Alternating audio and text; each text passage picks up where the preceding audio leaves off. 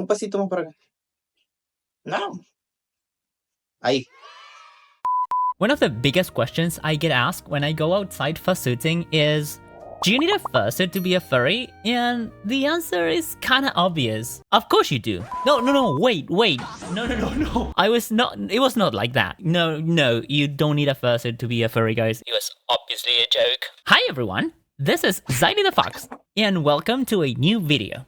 Interacting in the furry fandom can be challenging at times, especially if you are an introvert who hasn't adopted an extrovert yet. Yeah, you get the joke. Or if you have a misconception of what you really need in order to stand out around the community. You can easily interact with furries in both physical and digital contexts. The former way might include a very common practice like sharing stickers at a convention or a fur meet, practice that has really caught on in the last few years, while the latter might require games like Second Life or VR chat, where thousands get together and enjoy at the comfort of their own houses. Displaying a badge, sharing stickers, and maybe even making drawings for your friends are very common activities that can get you talking and making even more friends. But something that's been a problem is how to show respect for the boundaries of others. Take Fursuiters for example. Seeing a giant fluffy creature makes anyone feel a little, happier. However, sometimes the excitement of the moment blurs our boundaries, and that's why it's good to remember what not to do when you interact with a fursuiter. So let's be honest, fursuits are not cheap. These costumes can cost anywhere from around $2,000 to even more than $10,000. They are custom-made bodysuits which often take months and up to a year sometimes to complete. For many furries, or at least for me, a fursuit is an extension of their identity. If something happened to my fursuit, it would hurt me emotionally since it's part of me, and I truly believe it's part of my own self. This being said, I ask you, what does it feel when someone walks up and starts,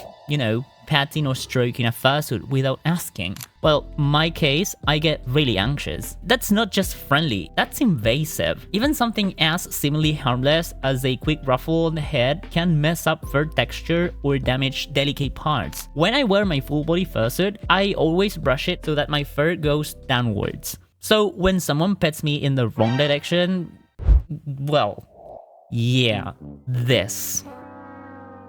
Don't do this. Fursuiters don't like this. Don't do it, guys. Please. Not to mention, hands aren't always clean. That is, I believe, the most important point to make. Whether it's sweat, grease, or food residue, human palms can easily transfer grime onto fur, and cleaning fursuit isn't as easy as tossing it into the washer. An oil stain or candy in the fur can damage the whole fursuit forever. So please, no random pets, no boobs, no bear hugs unless the fursuiter says it's okay. Oh, and speaking of hugs, please, no squeezing. There's a person inside a suit, and our bones, just in case you don't know, break like yours could if, squeezed too hard.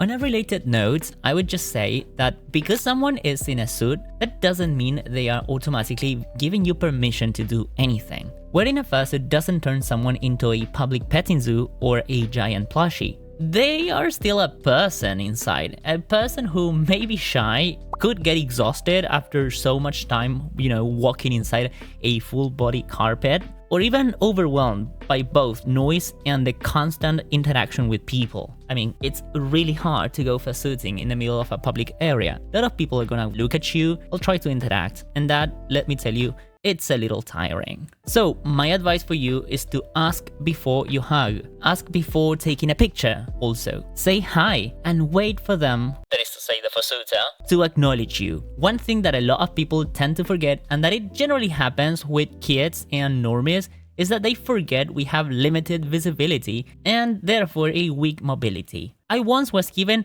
a damn baby to hold for a picture. Like, what's wrong with these parents? Dude, come on. I can't even grab my phone with this. You want me to hold a baby? Just don't. You might think you are capturing a cute memory or a funny experience when you do this, but from our perspective, it can be a little terrifying or even dangerous. Imagine if I had grabbed the baby. I could have run the risk of just letting it go, and believe me, I wouldn't be here talking.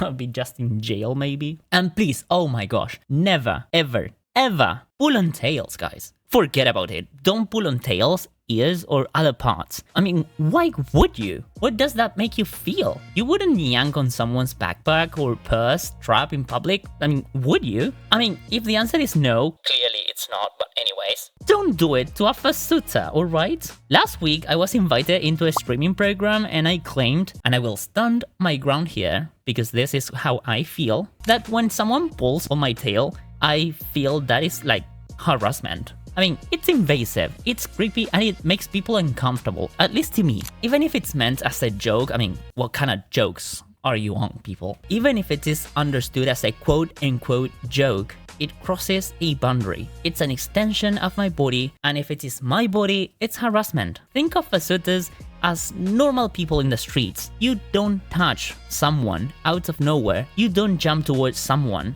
You don't play with their belongings, period. And in addition to belongings, a lot of fursuiters love customizing their looks with accessories like collars, like harnesses, like piercings, bandanas, glowing parts even, like, you know, lead eyes or moving jaws. These features aren't just for flair, they are creative expressions of the fursona, and they often require delicate maintenance.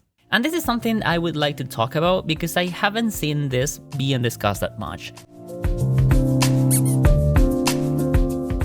People tend not to acknowledge the fact that fursuits have props. Props are elements that decorate the fursuit or that at least, you know, help you play your character. That is also part of the fursuiter. You should not touch that without permission. So, what do I want to say with this? If you see something cute or interesting, admire it with your eyes, not your hands. Don't tug on collars or fiddle with anything dangling. Electronics especially are fragile. A little too much curiosity could cost a suitor hundreds of dollars in repairs. Not to mention the annoying and the anger of ruining something that cost a lot of effort into making. I mean, basically, don't ruin people's experiences. Don't be a thermos. Oh boy, I almost forgot. Yes, I'm gonna talk about me. Yes, I'm gonna talk about me. Do you have a problem with that? Let's talk about squeakers. Well, allow me to show you something. Yeah, I can do that, but please pay attention to this point. This is important. Squeakers are super funny at first, but once someone discovers and knows squeaks, and I'm talking from experience here, you wouldn't believe how many people go squeak, squeak, squeak, squeak, squeak, squeak, squeak, squeak, squeaks. It's like a, you know, like a stress ball, and it's not as stressful. It's my nose, alright? Squeakers can get old real fast, and some people don't really gauge their own strength. I've personally been booped on the snout so hard that it hit on my nose. Dude, there is a person inside. Contemplate this didactic meme here. There you go. Thank you. So please, don't poke or play with a fursuit like it's a toy. Ask first, and if the fursuiter is comfortable, then maybe you can squeak once, gently. Don't break my nose. If you ever see me, it's something I really dislike, and it makes me uncomfortable, so don't touch my nose if you see me someday. So, what can we say after everything we've discussed? Let's recap it real quick. First of all, fursuits are expensive. Treat them with respect and as you would treat your cell phone, just very carefully. Don't break your phones. Don't break people's fursuits. Being in suits doesn't mean we are okay with random hugs or photos. Ask first, and if you see a fursuiter just taking a break without the head, don't go and tell them, hey, you're breaking the magic. We need to breathe, guys. Alright?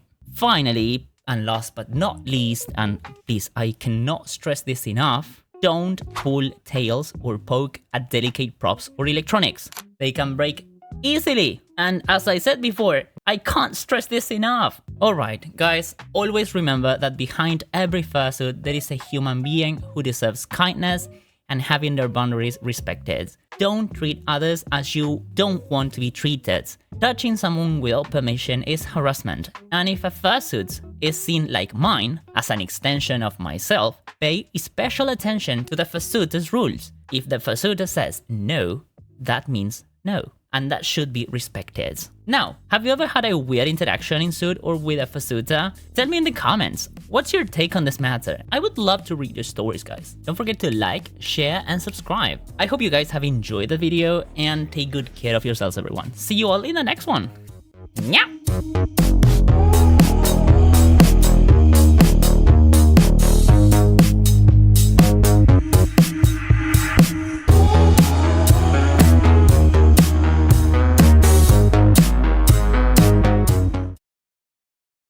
If you're happy and you know it, say I will.